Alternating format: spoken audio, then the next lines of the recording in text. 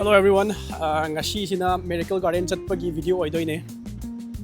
Dubai da Irang kitang kanba na maram oiraga Miracle Garden ji hojik se residence ki oina free oy ko. Aduduna kamain toroga chatle habdo som ucharake. Akoi je hojik yaure Miracle Garden om changseli. Bus lak pane bus sam big thalle chali je. Mi tin yame. Hojik chala mung line le pudoine. Yaudi au shala kadore bus se kitang lap na thada bagi mayam je. Akoi hum lak ne tombi di lak tre am toine tolomu ne. Yaure se da entrance lai re. Medium kan na di yam badi oidri. Date 15 dagina date 31 bo oibne ba handak March ki ko.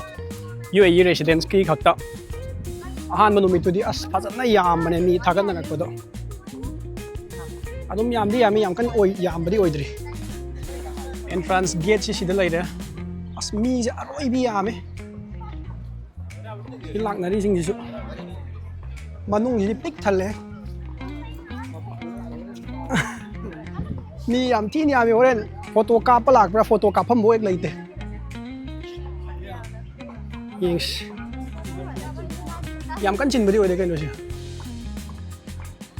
Kêu là yam lép na bani na mai kuai da changhan bai matam yam chang ye bo lai khrum lak bo gum ne lem na changhan la ni ha ba pulap la ne mathak tam to pai dak te ko sida ID check tawre ID kaino jo oidone Emirates ID je ko UAE da laiba ga Emirates ID pair di free entry ni tourist khakta ne bo kaino tawdoi ja ticket kak tois ada dona yang asi sida check to hola si media me thank you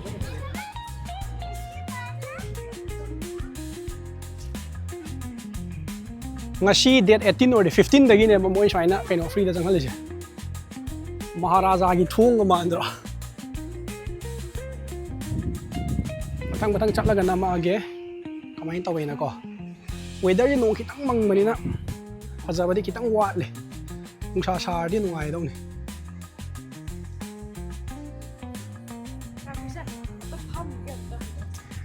si lai ri kaino lai jing je natural nga tane ko hoji kalen ju kitang yorok pa na lai je khara patha baju yaw re winter hek horok pa da lak bo tar di am ken phajaga daw ni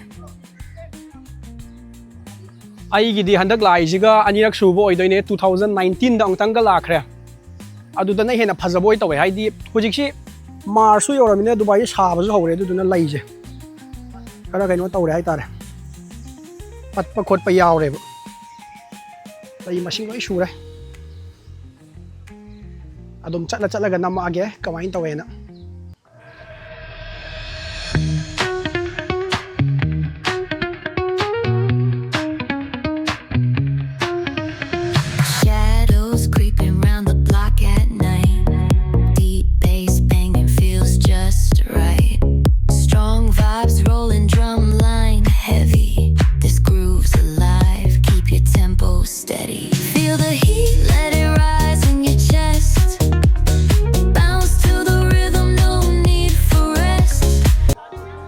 lai jing je adum summer oira ju dum phadi phajari ko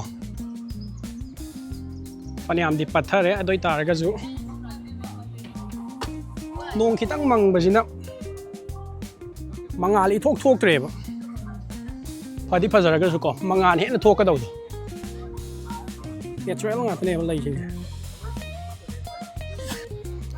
sida chengum gi yum masa khara ju lai re hang tok padi ya da ma le mai lai mathak ka thai na ngang oi kan da yeng pa cartoon film om lai yu ni ne kaw re adu yam mal mafam adum phajai yam nungai ba mafam ne ko winter haurak pa da la amaga di am ken nungai daw ni ai di yeng ba da yam pen bhai du di yaudre ba lai je patha bu khota ba su yaw re sa sagal la ni na mi di dum lai phajana sida penguin khara lai ra lai na bodin te mai je kabona pi ki type to ma semish Mr. Teddy Bear achou am lai nungsa sadam ni mangal to thok ti jiong ai si phajai ne si madi phajai white ka kari color hai doino purple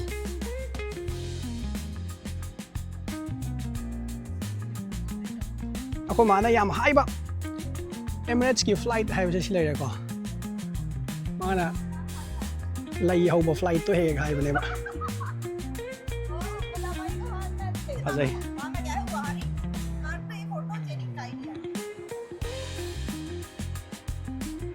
aeroplane je pura lai chathali je lai je phanyam pathar yaw ha ni phajaram ga dong ne pathaba yaw re me am flight ki engine je on tar thami ko chat puri chat tra aeroplane ni adoi je lai je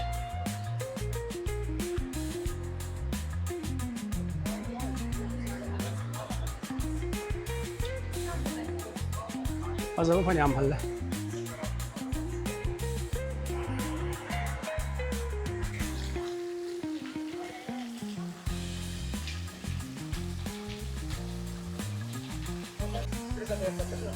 Emirates flight ki lai uba jaga je moi na lotion gre sport sim ko.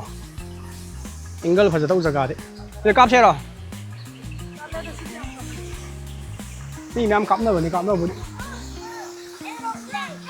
Eh, si lai si di Manipuri lai bane he bro. Lapurik. Kari lai ba? Mayap lai na te lapurik.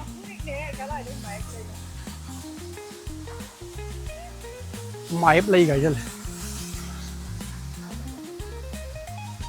Nungsa sa ra di am nungai ga dong nungsa si sadre. Adubu. Sum round ma chatlaga yengor se la am ni na kamain tawe ha se. Fazabadi am halle da winter da la ga hen nungai dong ne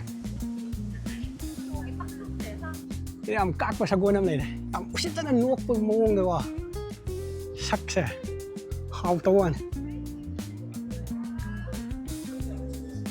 lai nga ta ngai re ni yam di yam e du yam kan ne hen na kai no oi di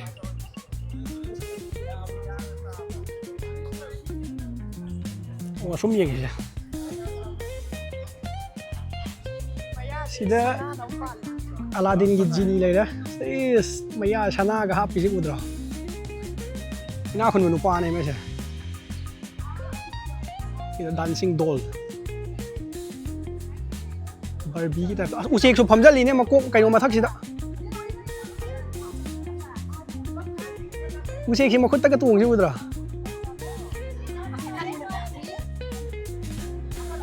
usiek si jo asma thak si tau khali natural nga tani ko lai je nong ta shalak dana ko phazar sida photo ka phom am mong ta bam lai ikok si am phazai ma le yeng da lai mayam je ni mam photo ka na le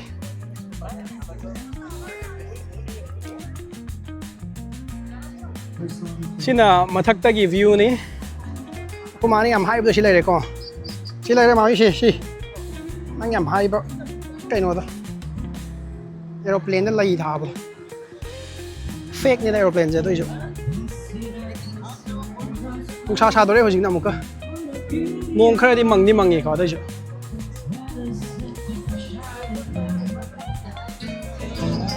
Azab sports in a moina 360 cái nó tàu thầm rồi sai cũng mà có một ngồi xem mà khá lắm ta just the two of us cũng đã rẻ khỏi xem mà thắc tagi lấy cái nào là view rồi lấy miam rồi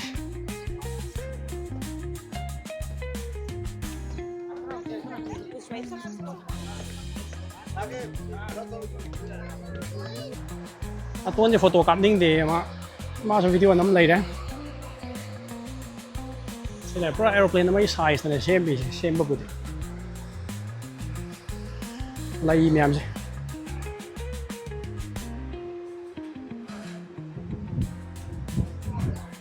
Sibudi fake.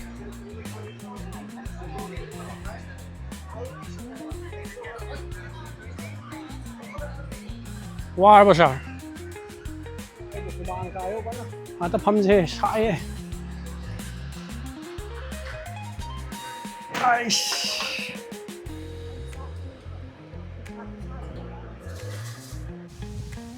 Smain tawdana ngasi video na smain loisilage. Koira me weather je khatang phattami nong churakador aduduna khoi je yum hanamba thole. Adom nungai koiba lakpo winter de hena nungai ni. Koi je hojik sidagi gari tongga thokhrani. Ngasi video je mayam smain loisil jarage.